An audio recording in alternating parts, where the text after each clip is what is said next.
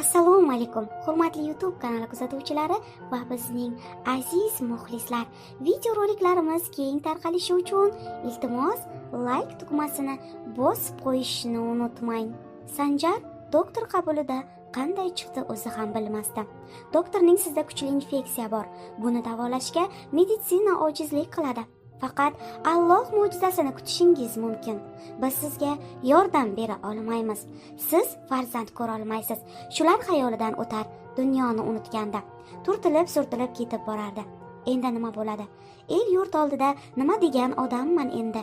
Ayniqsa ayoli Zarnigorga, uning oilasiga qanday yuz bilan qarayman?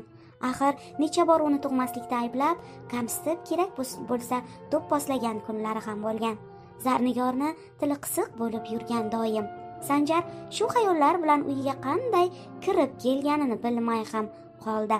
Ostonada Zarnigorni shirin tabassum bilan bergan salomi Sanjarni o'ziga keltirdi. O'zini o'nglab alik olganida charchaganini bahona qilib o'z xonasiga kirib ketdi. Kechki ovqatga ham chiqmadi. Buni Saida xola boshqacha tushundi. Bolam bechora, ishdan kelganda farzandlari yugurib chiqsa, charchoq nimaligini bilmasa bechora. Bolam bekorga kayfiyati tushkun emas. Yo ko'chada bola yetaklab ketayotgan odamni ko'rgan, yo yana bilmadim.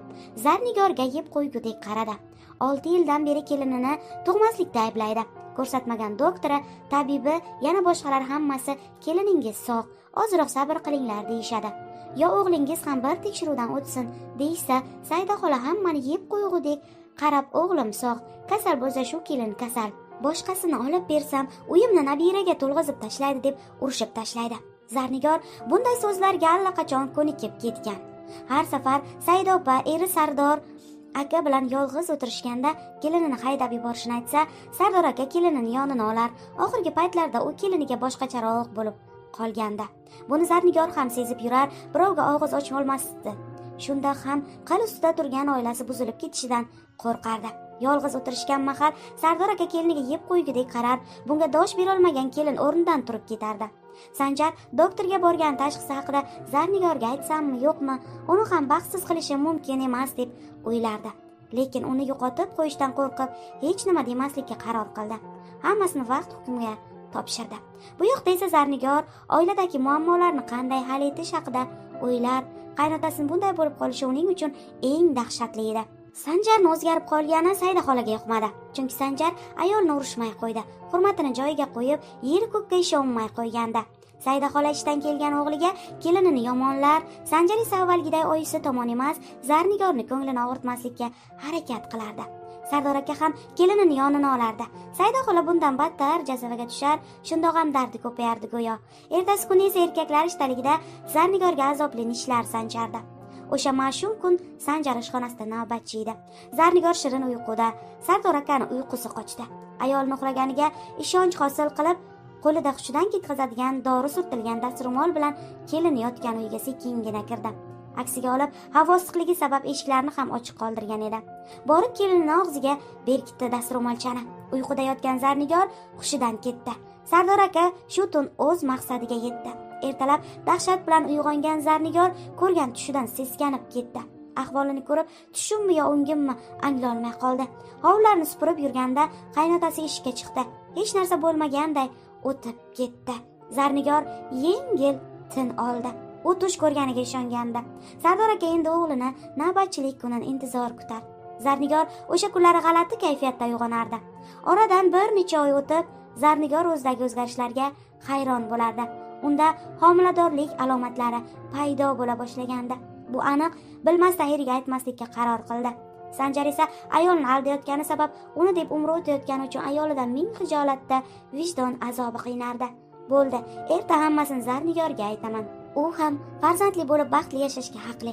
Qanday yo'l tutsa ham uni qaytarmayman. Zarnigor esa ertasi kun doktor qabuliga borishga qaror qilgandi. Ertasi kun Sanjar ishga ketgach, qaynonasidan ruxsat olib doktorga bordi. Tekshiruvlar homilador ekanini tasdiqladi. Shu payt telefon jiringladi. Sanjar uchrashib gaplashib olishini aytdi. Uydan tashqarida gaplashib olaylik degani boshqacha tushundi. Uchrashuv joyiga kelgan Zarnigor hayajonini zo'rg'a bosib, ofitsiant boshlagan alohida xonaga kirdi. U yerda eri uni ko'zda yosh bilan kutib turardi. Zarnigor erini bu ahvolda ko'rib nima bo'ldi ekan deb o'ylab, uning yoniga bormoqchi edi. Sanjar uni ro'parasidagi stulga imladi.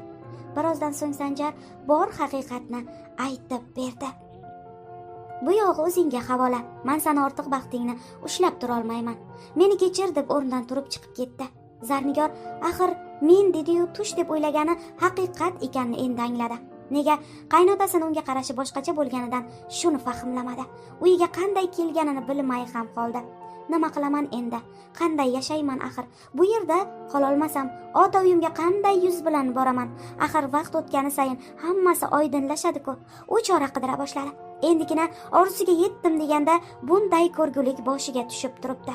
Zarnigor xonasida qancha o'tirdi bilmaydi. Qaynonasini chaqirig'idan o'ziga keldi. Sekin tashqariga chiqdi. Qaynotasi ham ishdan kelib so'rida o'tirardi. U Sardor akani yuziga birinchi marta tik boqdi. Sardor aka g'alati ahvolga tushib, ko'zlarini olib qochdi. Chunki kelinini birinchi marta shunday ahvolda ko'rish edi-da. Yonidan iflos deb o'tib ketdi Zarnigor. Sardor aka yanada ajablandi. Kechki ovqatni tayyorlab bo'lib, yuvinib chiqqan Zarnigor xonasiga kirib ketdi. Bunday sharmandalikni ko'tarib yurish u uchun og'ir edi. Kechki sukunatni Zarnigorni chinqirig'i butun mahallani tutdi. U hovlida alanga bo'lib yonardi. Afsus, uni hech kim asrab qola olmadi. Sharmandachilikdan qutulish uchun og'ir gunohga yo'l qo'yganda, tibbiy ekspertlar xulosasiga ko'ra Zarnigor homiladorligi aniq bo'ldi. Sanjar nimanidir tushundi. Bor haqiqatni oilasiga tergov olib borayotganlarga aytdi. Sabab nimada ekanini tushunishdi. Lekin bolaning otasi kim? Shu jumboqligicha qoldi. Lekin hech qancha vaqt o'tmay Sardor aka kelinini tushida ko'rar, doim Zarnigor uni bo'g'ar, goho qattiq azobli chinqirig'idan cho'chib uyg'onib ketardi. Bora-bora uxlashdan qo'rqib ham qoldi. Vaqt o'tib uni ruhiy kasallar shifoxonasiga yotqizishdi. Doim kelinidan kechirim so'rar, holi juda achinarli holatga tushib qolganda, hammasidan xabardor bo'lgan oilasi undan butkul voz kechishgan edi. Azizlar, men bu hikoya bilan hech kimni ongini zaharlamoqchi emasman. Har kim o'z qarichi bilan o'lchaydi. Kimdir ibrat olar, kimdir boshqacha tushunar. Xulosa siz azizlardan. Aziz kanalimiz kuzatuvchilari, videoroliklarimiz keng tarqalishi uchun iltimos like tugmasini bosib qo'ying.